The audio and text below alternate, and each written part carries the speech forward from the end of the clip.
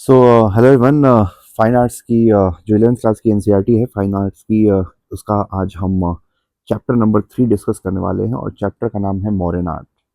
ठीक है, तो आर्ट एंड कल्चर के पॉइंट ऑफ व्यू से काफ़ी इंपॉर्टेंट है और जैसा कि मैं आप लोगों को बता चुका हूँ पहले भी कि 12th क्लास की एनसीईआरटी, अगर आप आई सोशल के चैनल पर जाएंगे तो 12th क्लास की जो फाइन आर्ट्स की किताब है उसको भी हमने चैप्टर वाइज डिस्कस किया है। और उसके साथ साथ आपको 11th क्लास की मिडावल हिस्ट्री और जो ओल्ड एनसीईआरटी मिडावल हिस्ट्री है और ओल्ड एनसीईआरटी की जो एंशियंट हिस्ट्री है उसकी भी जो पूरा कंप्लीट डिस्कशन आपको इस नो आई सोशल के चैनल पर मिल जाएगा। तो चलिए शुरुआत करते हैं आज एक नया चैप्टर मॉडर्न आर्ट और उसके सारे पहलुओं सारे डायमेंशंस पर हम इस लेक्चर में नज़र डालेंगे। तो थैंक यू आप सभी लोग का आज इस लेक्चर में आने के लिए। And let's get started. तो सबसे पहले आर्ट में आगे बढ़ने से पहले हम श्रमण ट्रेडिशन के बारे में देखते हैं। ये श्रमण ट्रेडिशन था क्या? ठीक है, इसी से हमें आगे आर्ट किस तरीके से डेवलप हुआ वो समझने में मदद मिलेगी। तो सबसे पहले अगर आप देखें तो लेटर वैदिक पीरियड, जो लेटर वैदिक पीरियड वाला टाइम था, उस समय जो हिंदू धर्म था वो काफी ज्यादा रिचुअलिस्टिक हो गया था, काफी ज्यादा ऑर्थोडॉक्सी आ गई थी, डॉगमा सुपरस्टिशन और जो प्रीस्ट का जो डोमिनेशन है धर्म के ऊपर काफी ज्यादा बढ़ गया था। ठीक है, तो मतलब धर्म में कर्म कांड जो है काफी ज्यादा उसका बोलबाला हो गया था। ठीक है, और इस वजह से चूंकि धर्म में इतना ज्यादा रिचुअलिज्म आ गया था, कर्मकांड आ गया था कि धर्म जो है, जो एक आम नागरिक, एक जो आम धर्म का फॉलोअर होता है, जिसकी जो कुछ सवाल होते हैं मन में कि भाई मोक्ष क्या होता है, मरने के बाद क्या होगा, भगवान है कि नहीं है, ठीक है, आत्मा क्या है, ठीक है, पाप और पुण्य क्या होता है, इन सारी चीजों का जवाब जो है हिंदू धर्म, जो ब्रह्मानिकल हिंदुइज्म है, वो नहीं दे पा रहा था। इस वजह से धर्म से बहुत सारे लोगों का जो विश्वास है वो पूरी तरीके से हट गया। ठीक है, धर्म से इन बहुत सारे लोगों का विश्वास पूरी तरीके से हट गया। और इसी चक्कर में, ठीक है, इसी चक्कर में आप देखें तो लेटर वैदिक पीरियड का अंत आते आते अराउंड, अगर आप कहिए तो 800 बीसी में उपनिषद की रचना की गई। और उपनिषद में पहली बार आत्मा क्या है, पाप पुण्य क्या होता है, ईश्वर है या नहीं है, मरने के बाद क्या होता है, क्या संसार नश्वर है या नहीं है, इन सारे जो डायमेंशंस हैं, जो हमारे अंदर जो थियोलॉजिकल जो क्वेरीज होती हैं उसको केटर करने के लिए, उसका जवाब देने के लिए उपनिषदों की रचना की गई। और इसी उपनिषदों से इंस्पायर होके बहुत सारे लोग अपना घर बार छोड़ने लगे सत्य की तलाश में। ठीक है, सत्य की तलाश में, सत्य को जानने के लिए बहुत सारे लोग अपना घर बार छोड़ने लगे, जिसने जन्म दिया श्रमण ट्रेडिशन को। तो श्रमण का मतलब होता है Sikar, one who is seeking what, truth, सत्य की तलाश। सत्य की तलाश में जिन्होंने अपना घर छोड़ने लगे, तो उस कल्ट ने, उस प्रैक्टिस ने जन्म दिया श्रमण ट्रेडिशन को। तो श्रमण tradition basically it was a cult of wandering monks. ठीक है, ये लोग भिक्षु के रूप में इधर उधर रहते थे और तपस्या करते थे और सत्य को जानने और समझने की कोशिश किया करते थे। तो अगर आप श्रमण ट्रेडिशन देखें तो एक नॉन वैदिक मूवमेंट थी, जिसका जन्म हिंदू धर्म में होने वाले कर्मकांडों से उबकर, ठीक है, हिंदू धर्म के कर्मकांडों और ब्राह्मणों के डोमिनेंस से उबकर इस धर्म नो इस कल्ट या इस ट्रेडिशन की शुरुआत हुई। और इसी ट्रेडिशन ने बुद्धिज्म और जैनिज्म को जन्म दिया, जिसके बारे में हम आगे देखेंगे। तो देखा जाए यक्ष वर्शिप, तो बेसिकली हिंदुइज्म और हिंदुइज्म के बाद बुद्धिज्म और जैनिज्म के आने से पहले यक्ष वर्शिप काफी ज्यादा प्रचलित थी। ठीक है, तो देखा जाए तो उस टाइम पर बुद्धिज्म और जैनिज्म के टाइम आने से पहले लगभग 800 बीसी के टाइम पर जो इंसान थे, जो हिंदू जो धर्म को फॉलो करते थे, वो यक्षों की पूजा करते थे और साथ साथ मदर गॉडेस की भी पूजा किया करते थे। तो यक्ष और mother goddess was the most prominent form of worshipping before the birth of Buddhism and Jainism.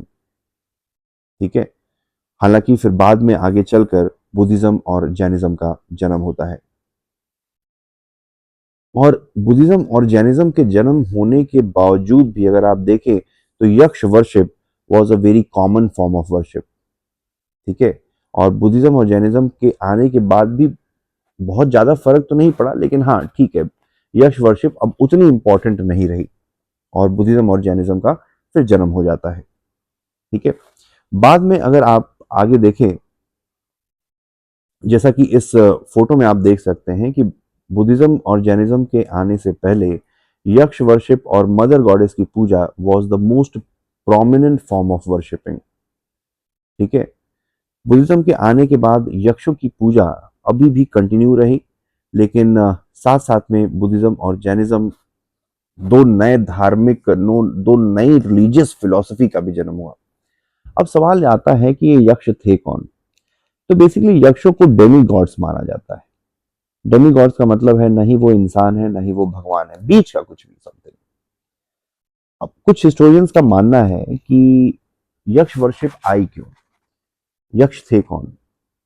तो आप देखोगे कि यक्ष वर्शिप के पीछे एक कंसेप्ट ये है कि ऐसा माना जाता है कि जब आम जो मेन स्ट्रीम सोसाइटी का जो इंसान था, ठीक है, जब वो ट्राइबल्स को देखता था, जो लोग जंगलों में रहते हैं, नेकेड घूमते हैं, जंगलों में रहते हैं, झरनों में नहाते हैं, ठीक है, झरनों में नहाते हैं, तो ऐसे टाइप के लोगों को जब इन आम जो मेन स्ट्रीम सोसाइटी के जो लोग हैं, जब उन्होंने देखा तो उनको लगा कि भाई ये लोग कौन हैं, क्योंकि उस समय तो उतनी अवेयरनेस थी नहीं, तो ये लोग कौन हैं जो जंगलों में रहते हैं, कपड़े भी नहीं पहनते हैं, झरनों से पानी पीते हैं और पूरी तरीके से फ्री स्पिरिट के रूप में जंगलों में घूमते हैं। तो वहां से यक्ष और यक्षिनी की पूजा का कंसेप्ट आया, ठीक है, वहां से यक्ष और यक्षिनी का की पूजा का कंसेप्ट आया। और यही बेसिकली जो ट्राइबल लोग थे, उनको जो मेन स्ट्रीम सोसाइटी के लोग हैं वो यक्ष के और यक्षिनी के रूप में उनकी पूजा करने लगे। उनको लगता था कि ये कोई दैविक लोग हैं जो जंगलों में इस तरीके से घूमते हैं, हो सकता है ये कोई देवता हो, ठीक है। बाद में अगर आप देखें तो धीरे धीरे यक्ष वर्शिप का एसिमिलेशन हो गया बुद्धिज्म और जैनिज्म के अंदर, ठीक है। आप कई जगहों पर देखेंगे तो बहुत सारे बुद्ध की मूर्तियों के साथ यक्षों की मूर्तियां भी आपको देखने को मिलती हैं। तो बेसिकली यक्षों को एक तरीके से प्रोटेक्टर डेटी के रूप में माना जाता है, कि बुद्ध की रक्षा करने के रूप में। किसी भी केव या किसी भी बुद्धिस्ट मंदिर में अगर आप जाएंगे तो उसके दरवाजे पे आपको यक्ष की मूर्ति देखने को मिलेगी। उनको एक तरीके से बॉडीगार्ड कह लीजिए या गेट कीपर कह लीजिए, द्वारपाल कह लीजिए, उस रूप में कई मंदिरों पे हमें यक्ष की मूर्तियां देखने को मिलती हैं, ठीक है। मेनी यक्ष became the guardians of Buddha, Buddhist धर्म, ठीक है। और इस वजह से बुद्धिज्म की पूजा के साथ साथ यक्ष और यक्षिनी की पूजा का जो सिस्टम था, जो प्रचलन था, वो बुद्धिज्म और जैनिज्म के आने के बाद भी जारी रहा, ठीक है। जैसे कि अगर आप इस फोटो में देख पा रहे हैं, तो इस फोटो में आपको भारत के ये यक्ष की फोटो आप देख सकते हैं। उसके अलावा आपको सांची में यक्ष की मूर्ति देखने को मिलेगी, ठीक है। वैसे ही अगर आप देखें जैनिज्म की अगर हम बात करें, तो जैनिज्म की पूजा जो है, आपको जैनिज्म में भी आपको यक्ष और यक्षिनी की पूजा का जो है प्रचलन देखने को मिलता है, ठीक है। और यहाँ पर यक्षों को शासन देवता के रूप में बोला गया है, अटेंडेंट डेटीज, शासन देवता, ठीक है। और आज भी अगर आप देखें तो जैन मंदिरों में यक्षों की पूजा आज भी होती है, ठीक है। जैसे कि आप इस फोटो में देखें कि एक जैन तीर्थंकर हैं, जिसमें एक यक्षिनी जिनका नाम अंबिका है, वो आपको इस फोटो में देखने को मिल सकती है, ठीक है। फिर यहाँ पर एक अलग यक्ष की मूर्ति देखने को मिलेगी। फिर वैसे ही इस तरीके से एक यक्षिनी है जिनका नाम है पद्मावती, ठीक है। वो पार्श्वनाथ के अटेंडेंट के रूप में यहाँ पर दिखाई गई है, अगर आप यहाँ पर देखें यक्षिनी। तो मोटा मोटा इस चीज को याद रखेंगे कि बुद्धिज्म और जैनिज्म में भी यक्ष और यक्षिनी की पूजा, हिंदुइज्म में तो होती थी, उसके साथ साथ बुद्धिज्म और जैनिज्म में भी ये पूजा जारी रही। अब मॉडर्न आर्ट पे आते हैं। तो मॉडर्न आर्ट को हम अलग अलग कैटेगरी में डिवाइड कर सकते हैं। तो सबसे पहले आता है मॉडर्न पैलेसेस। तो देखा जाए मॉडर्न पैलेसेस का जो डिजाइन है वो पर्शियन एक एम्पायर थी जिसका नाम था एक्मेनियन एम्पायर, वहां के पैलेसेस के डिजाइन से काफी ज्यादा इंस्पायर्ड माना जाता है। मोस्टली ये जो पैलेसेस थे लकड़ी के बने हुए थे, जो महल थे, राजमहल थे, मौर्यन राजमहल लकड़ी के बने हुए थे। और इनका उल्लेख मेगास्थनीज और फैक्सियन जो मेगास्थनीज तो एक रोमन ग्रीक राइटर थे, रोमन तो नहीं, Greek, he was a Greek historian, ठीक है। He was the ambassador of Seleucus Nicator in the court of Chandragupta Maurya. उनकी जो राइटिंग्स है, उनके जो हिस्टोरिकल रिकॉर्ड्स है, उसमें इनका उल्लेख मिलता है। उसके अलावा जो फैक्सियान एक चाइनीज ट्रैवलर थे, जो चंद्रगुप्त विक्रमादित्य जो कि एक गुप्ता रूलर थे, उनके दरबार में आए थे, उनके भी राइटिंग्स में आपको इनका उल्लेख, नो मॉडर्न पैलेसेस के का उल्लेख आपको देखने को मिलेगा। एक एक्सकवेशन में एक फेमस मॉडर्न पैलेस के कुछ अवशेष हमें मिले हैं। वो हमें मिले हैं कुम्हरार एरिया से, जो कि पटना के पास मौजूद है। यहीं इसी कुम्हरार पैलेस में आपको 80 पिलर हॉल के हमें एविडेंसेस भी देखने को मिले हैं, जिसका फोटो यहाँ पर आप देख सकते हैं, 80 पिलर हॉल। अब बात आती है मॉडर्न कॉइन्स के बारे में। तो modern coins basically punch mark coin हुआ करते थे। पंच मार्क कॉइन का मतलब है कि एक आपने मेटल की शीट ली और उसमें पंच कर करके आपने अलग अलग शेप के कॉइन्स उसमें से निकाल लिए, तो ये हो गए पंच मार्क कॉइन। जनरली ये जो मॉडर्न कॉइन्स थे वो सिल्वर और कॉपर के बने हुए थे, जबकि गोल्ड के नहीं बने हुए थे। ये ध्यान रखेंगे, मॉडर्न कॉइन्स गोल्ड के नहीं थे, सिल्वर और कॉपर के मटेरियल का इस्तेमाल किया जाता था। इसमें आपको कोई भी इंस्क्रिप्शन नहीं देखने को मिलेगी, मतलब कि मॉडर्न कॉइन पे कुछ भी लिखा हुआ नहीं आपको मिलेगा। फिर साथ साथ में अगर आप देखें तो किसी भी ईश्वर की या किसी भी राजा की कोई भी इमेज आपको इन मॉडर्न कॉइन्स पर देखने को नहीं मिलेगी, ठीक है। अगर देखें तो modern coins they had standard weight, पर उनका कोई स्टैंडर्ड शेप नहीं हुआ करता था। आप देख सकते हैं कोई भी स्टैंडर्ड शेप नहीं है, सब हर अलग अलग कॉइन का शेप जो है अलग अलग है। इसमें आपको अलग अलग टाइप के सिंबल्स देखने को मिलेंगे, जैसे कि एलिफेंट, सन, व्हील, ट्री, माउंटेन, ठीक है, फिश, इस टाइप के अलग अलग टाइप के आपको सिंबल्स मॉडर्न कॉइन्स में देखने को मिलते हैं। अब इन मॉडर्न कॉइन्स का जो वेट था, उसको मेजर करने के लिए एक यूनिट थी जिसको हम रत्ती नाम से बुलाते हैं, ठीक है। तो ये हो गया मॉडर्न पैलेसेस और मॉडर्न कॉइन्स, ठीक है। हिंदुस्तान में सबसे पहले सोने का कॉइन्स इंट्रोड्यूस किया था ग्रीक्स ने, ठीक है। जब ग्रीक्स आएंगे तो वो उन लोगों ने अराउंड, आप मान सकते हैं कि 100 बीसी के अराउंड गोल्ड कॉइन्स हिंदुस्तान में आए, और बाद में फिर इस को कुषाण राजाओं ने काफ़ी ज़्यादा फेमस किया। उससे पहले हिंदुस्तान में सोने के सिक्के नहीं थे, ठीक है, ये चीज़ ध्यान रखेंगे आप। वैदिक सिविलाइजेशन और हड़प्पन सिविलाइजेशन में भी आपको सिक्कों का इस्तेमाल नहीं मिलता है। ये जितने भी वैदिक सिविलाइजेशन और हड़प्पन सिविलाइजेशन है, ये लोग बेसिकली बार्टर सिस्टम का इस्तेमाल करते थे। सबसे पहले जो कॉइन्स अगर आप देखोगे तो सबसे पहले कॉइन्स आएंगे आपके लगभग 600 बीसी के अराउंड, ठीक है। 600 बीसी के अराउंड हिंदुस्तान की धरती पर सबसे पहले मेटलिक करेंसी कॉइन्स का इस्तेमाल हमें देखने को मिलता है। उसी तरीके से अगर हम मॉडर्न स्कल्पचर की बात करें तो यक्षिनी, जो कि दीदारगंज यक्षिनी जिसको कहते हैं, उसकी मूर्ति काफ़ी फेमस है, ठीक है। दीदारगंज जो कि बिहार में मौजूद है, ये एरिया, यहाँ पर एक मूर्ति मिली है एक यक्षिनी की, ठीक है, जो कि काफ़ी फेमस है। तो ये एक एग्जाम्पल है मॉडर्न आर्ट का। एक चीज़ और ध्यान में रखेंगे कि मॉडर्न आर्ट में आपको कहीं पर भी बुद्ध की मूर्ति देखने को नहीं मिलेगी, क्योंकि बुद्ध की मूर्तियां बनने का जो प्रचलन है वो 100 एडी ऑनवर्ड्स आपको देखने को मिलता है। उससे पहले बुद्ध की मूर्तियां नहीं बनती थी, ठीक है, बुद्ध की मूर्तियां नहीं बनती थी। अगर मॉडर्न आर्ट की बात करें तो मोस्टली मॉडर्न आर्ट सेक्युलर था और इंपीरियल कैरेक्टर का था, उसका धर्म से कोई भी लेना देना नहीं था, ठीक है।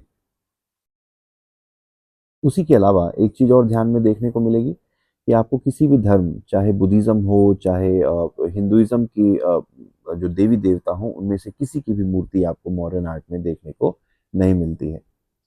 उसके अलावा पिलर्स, इंस्क्रिप्शन, स्तूपास, ये मेन आर्किटेक्चरल फीचर्स थे मॉडर्न आर्किटेक्चर के, ठीक है। अब अगला आता है रॉक कट आर्किटेक्चर, ठीक है, मॉडर्न रॉक कट आर्किटेक्चर, जिसमें सबसे पहला नाम आता है धौली एलिफेंट की। तो धौली करके उड़ीसा में एक जगह है जहाँ पर आपको एक एलिफेंट, ये एक्चुअली रियल इमेज नहीं है, एक एलिफेंट का फोटो, एलिफेंट का स्कल्पचर देखने को मिलता है, एक रिलीफ स्ट्रक्चर देखने को मिलता है। ठीक है, तो यहीं पर आपको इस एलिफेंट को बेसिकली अशोका ने बनवाया था, और इस एलिफेंट के साथ साथ आपको अशोका के एडिक्ट यानी कि मैसेजेस भी, इंस्क्रिप्शंस भी देखने को मिलते हैं। ठीक है, फिर बात आती है दूसरे रॉक कट आर्किटेक्चर की, जिसका नाम है बाराबर केव्स। ये हिंदुस्तान की सबसे पुरानी रॉक कट केव है। रॉक कट केव यानी कि मैन मेड केव, बाराबर केव, जिसमें 4 आर्टिफिशियल केव्स, आर्टिफिशियल यानी मैन मेड केव्स, इन 4 केव्स को अशोक ने अजीवक सेक्ट के लिए बनाया था। ये ध्यान रखेंगे, बाराबर की केव्स बुद्धिज्म को डेडिकेटेड नहीं है, बल्कि अजीवक करके एक फिलॉसफी है। अगर आपको अजीवक के बारे में नहीं पता है तो एंशियंट हिस्ट्री की का जो डिस्कशन है वहां पर जाकर आप उस लेक्चर को देख सकते हैं। तो अशोक ने अजीवक सेक्ट के लिए इस केव को बनवाया था। आपको यहाँ पर अशोक के इंस्क्रिप्शन भी देखने को मिलेंगे इन केव्स में, जिसमें अशोक को प्रियदसी या प्रियदर्शी के रूप में रेफर किया गया है। मतलब अशोक के रियल नेम का इस्तेमाल न करके एक सिनोनिम, एक टाइटल प्रियदर्शी या प्रियदसी, जिसका मतलब होता है बिलीवर्ड ऑफ गॉड। ठीक है, बिलीवर्ड ऑफ गॉड, उसके नाम से, उस टाइटल से, उस सिनोनिम से, ठीक है, अशोक को रेफर किया गया है। अगर आप इन केव्स को देखें तो काफी आपको पॉलिश्ड इंटीरियर देखने को मिलेंगे। ठीक है, पॉलिश्ड इंटीरियर। अब 4 इन, जैसा कि मैंने बताया था कि 4 अलग अलग केव्स हैं, जिसमें एक का नाम है लोमस ऋषि केव, सुदामा केव, करण चौपर केव और विश्वकर्मा केव। ठीक है, ये 4 केव्स हैं जो कि इन चारों केव्स को मिलाकर बोला जाता है बाराबर केव्स। ठीक है, इन चारों केव्स को मिलाकर बोला जाता है बाराबर केव्स। अब मॉडर्न पॉटरी की बात करते हैं। तो मॉडर्न पॉटरी में सबसे पहले नाम आता है नॉर्दर्न ब्लैक पॉलिश्ड वेयर का। ठीक है, नॉर्दर्न ब्लैक पॉलिश्ड वेयर, ध्यान रखेंगे कि मौर्यन पीरियड से पहले की पॉटरी है, जो कि काफी चमकीली और काफी महंगी हुआ करती थी, और इस वजह से इसका इस्तेमाल डे टू डे लाइफ में नहीं होता था, बल्कि it was considered as an item of luxury. ठीक है, जैसे पॉटरी का इस्तेमाल इंसान क्यों करता है, चावल धान ये सब रखने के लिए, चावल गेहूं ये वॉट ग्रेन्स को स्टोर करने के लिए, पर इस पॉटरी का इस्तेमाल यूटिलिटी के लिए नहीं होता था। लोग इसको खरीदते थे और अपने घर में सजा कर रखते थे दूसरों को दिखाने के लिए। ठीक है, it was not a day to day life no, ऐसा day to day utility item नहीं था। ये एक सजो सामान, नो, सजो सजावट का सामान हुआ करता था। अब इस नॉर्दर्न ब्लैक पॉलिश वेयर के फीचर्स की बात करें तो it was highly fine and well levigated clay का इस्तेमाल होता था। तो काफ़ी चमकीला और महीन क्ले का इस्तेमाल इसको किया जाता था। इसकी काफ़ी ग्लॉसी सरफेस हुआ करती थी, और जनरली चूंकि महंगा होता था तो सिर्फ अमीर, रॉयल्टी और इलीट क्लास ही इसको अफोर्ड कर सकती थी। ठीक है, इसका इस्तेमाल कुकिंग या स्टोरेज ऑफ फूड के लिए नहीं होता था। ठीक है, ये चीज़ ध्यान रखेंगे। एक और चीज ध्यान में रखने वाली बात है कि ये जो northern black polish ware pottery है, जिसको NBPW भी कहते हैं, ये सिर्फ ऐसा नहीं है कि सिर्फ नॉर्थ में मिलती थी। ठीक है, ये अक्रॉस इंडिया पाई जाती है, लेकिन सबसे ज्यादा जो है ये नॉर्थ में पाई जाती है, जो कि 600 BC इतनी पुरानी है। यानी कि ये अशोकन या मौर्यन पीरियड से भी पुरानी है। मौर्यन पीरियड देखें तो जनरली 300 BC माना जाता है। ठीक है, 300 BC माना जाता है, तो उससे पुरानी पॉटरी है नॉर्दर्न ब्लैक पॉलिश्ड वेयर। अब बात आती है अशोकन पिलर्स के बारे में। तो अशोकन पिलर्स देखें तो एक्मेनियन एक राजा थे, डेरियस।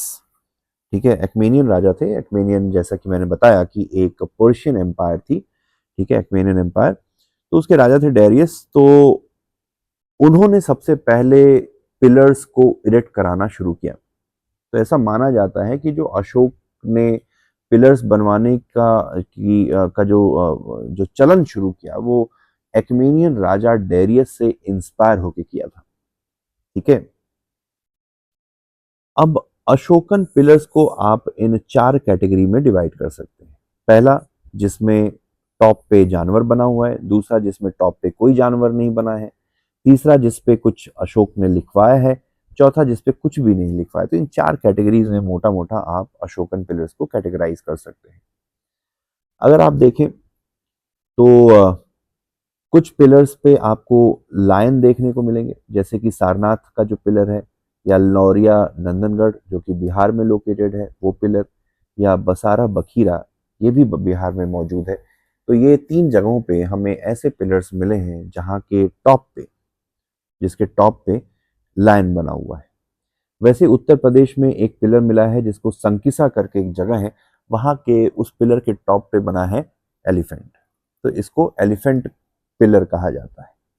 उसी तरीके से हमें बुल कैपिटल यानी कि उसके टॉप पे बुल बना होगा, वो हमें मिला है रामपुरवा बिहार से। स्टार्टिंग में ये रामपुरवा में एक्सकावेट किया गया, आज के टाइम पर राष्ट्रपति भवन में ये आपको रामपुरवा बिल बुल आपको पाया जा सकता है, आपको देखा जा सकता है। उसके अलावा टोपरा करके एक पिलर था जिसको दिल्ली में लाने का काम जो है फिरोज शाह तुगलक ने किया था। टोपरा बेसिकली हरियाणा में लोकेटेड है। तो हरियाणा से फिरोज शाह तुगलक ने अपने शासनकाल में इस पिलर को उखड़वा के दिल्ली में लेकर आए, और फिरोज शाह जो कोटला जो एक किला है उसके टॉप पर इस पिलर को उन्होंने एस्टैब्लिश कराया। उसके साथ साथ इलाहाबाद जो पिलर है, ठीक है, इलाहाबाद पिलर ये भी अशोकन पिलर है, और यहाँ पर इस पिलर पे कोई भी एनिमल देखने को नहीं मिलता है। जैसे टोपरा में कोई एनिमल टॉप पे नहीं बना हुआ है, कोई एनिमल नहीं बना हुआ है, उसी तरीके से इलाहाबाद जो फोर्ट है, ठीक है, इलाहाबाद जो किला है जो अकबर ने बनवाया था, उस किले के प्रांगण में, उस किले के कंपाउंड में आपको इस इलाहाबाद पिलर भी देखने को मिलेगा। ठीक है, तो हो गया लायन कैपिटल जो कि सारनाथ में मौजूद है, एलिफेंट कैपिटल जो कि संकिसा में मौजूद है, बुल कैपिटल जो कि रामपुरवा में एक्सकावेट किया गया था जो आज के टाइम पे राष्ट्रपति भवन में मौजूद है, टोपरा टोपरा पिलर हो गया, और इलाहाबाद पिलर हो गया।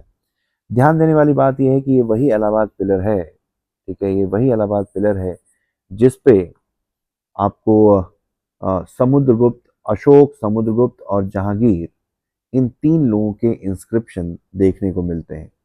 जो समुद्रगुप्त का इंस्क्रिप्शन है उसको हम प्रयाग प्रशस्ति भी कहते हैं। ठीक है, ये वही पिलर है जिसमें इन 3 अलग अलग रिनाउंड राजाओं के इंस्क्रिप्शन देखने को मिलते हैं। अब बात आती है मौर्यन पिलर की, तो सारनाथ का जो मौर्यन पिलर है उसके बारे में देख लेते हैं। तो इस सारनाथ के मौर्यन पिलर को बेसिकली अशोक ने बनवाया था, ठीक है, और सारनाथ में क्यों बनवाया था, क्योंकि सारनाथ वॉज द प्लेस जहाँ पे बुद्ध ने, ठीक है, पहला अपना उपदेश दिया था। तो बुद्ध का पहला उपदेश सारनाथ में था, और इस इवेंट को, बुद्ध के फर्स्ट भाषण, पहला जो उन्होंने संबोधन दिया था वो सारनाथ में दिया था, और इस इवेंट को धर्म चक्र प्रावर्तन कहते हैं। उसको कमेमोरेट करने के लिए, उसकी याद में सारनाथ में अशोक ने इस पिलर को इरेक्ट कराया था। ठीक है, अब इस पिलर के बारे में देखें तो इस पिलर के टॉप पर, ठीक है, इस पिलर के टॉप पर आपको ये लायन कैपिटल देखने को मिलती है। ठीक है, इसका सिग्निफिकेंस देखें तो दिस वाज द प्लेस जहाँ पे बुद्ध ने अपना पहला भाषण दिया था, और जो ये पिलर है it is a symbol of peace, righteousness and spiritual enlightenment. ठीक है, और बाद में चल के इसी लैंड कैपिटल को हिंदुस्तान की सरकार ने हिंदुस्तान का राष्ट्रीय प्रतीक, ठीक है, नेशनल एम्बलम के रूप में अडॉप्ट किया। अब इस पिलर के 5 कंपोनेंट है। पहला तो हो गया शाफ्ट, ये वाला हो गया शाफ्ट वाला area, this is shaft area. ठीक है, फिर दूसरा होगा इन्वर्टेड बेल लोटस, ये हो गया इन्वर्टेड बेल लोटस, ठीक है, जैसे उल्टा कमल जिसको कह सकते हैं। तीसरा हो गया एबेकस, ठीक है, ये वाला जो हिस्सा है दिस इज एबेकस, ये सिलेंड्रिकल, जो राउंड सिलेंड्रिकल है जिसके ऊपर ये जानवर, ये जो शेर बना हुआ है, एबेकस। ठीक है, इस एबेकस पे आपको 4 जानवर देखने को मिलेंगे, बुल, हॉर्स, एलिफेंट और लायन। ठीक है, और इस पे एक चक्र भी देखने को मिलता है जिसमें 24 तिलियां हैं, और इस यहीं से ये जो चक्र है इसको हमारे राष्ट्रीय जो ध्वज है, जो तिरंगा है, उसमें इस चक्र को अडॉप्ट किया गया है। अब इस पिलर के टॉप पे 4 शेर बने हुए हैं जो बैक टू बैक बैठे हुए हैं। ठीक है, 4 majestic lion standing back to back which symbolises power, courage and vigilance. और फिर आपको यहाँ पर ये गोल चक्कर भी देखने को मिलता है। ठीक है, large wheel, it was the crowning element. ठीक है, तो ये हो गया आपका बुद्धिस्ट स्ट्रक्चर। अगले लेक्चर में हम मौर्यन स्तूपास के बारे में डिस्कस करेंगे। तो मौर्यन स्तूपास, फिर स्तूपास कहाँ कहाँ पर पाए गए हैं, ठीक है, कौन कौन से फेमस स्तूपास हैं, ये सारी चीज़ें हम अगले लेक्चर में डिस्कस करेंगे। तो बने रहिएगा, मिलते हैं अगले लेक्चर में। तो thank you, thanks for watching, have a nice day, all the best. और इस लेक्चर के खत्म होने के बाद जो अगला टॉपिक है, हम पोस्ट मॉडर्न आर्ट पर पे फिर आगे बढ़ेंगे। फिर पोस्ट मॉडर्न आर्ट क्या था, कौन कौन सी इंपॉर्टेंट चीज़ें हैं, ये सारी चीज़ें हम अगले लेक्चर में हम कवर करेंगे। तो thank you, thanks for watching, have a nice day, all the best. Do subscribe to this channel and आप अपना फीडबैक आप मेरे साथ कुछ शेयर करना चाहते हैं तो कमेंट सेक्शन में आप लिख सकते हैं। तो thank you, thanks for watching, have a nice day, all the best.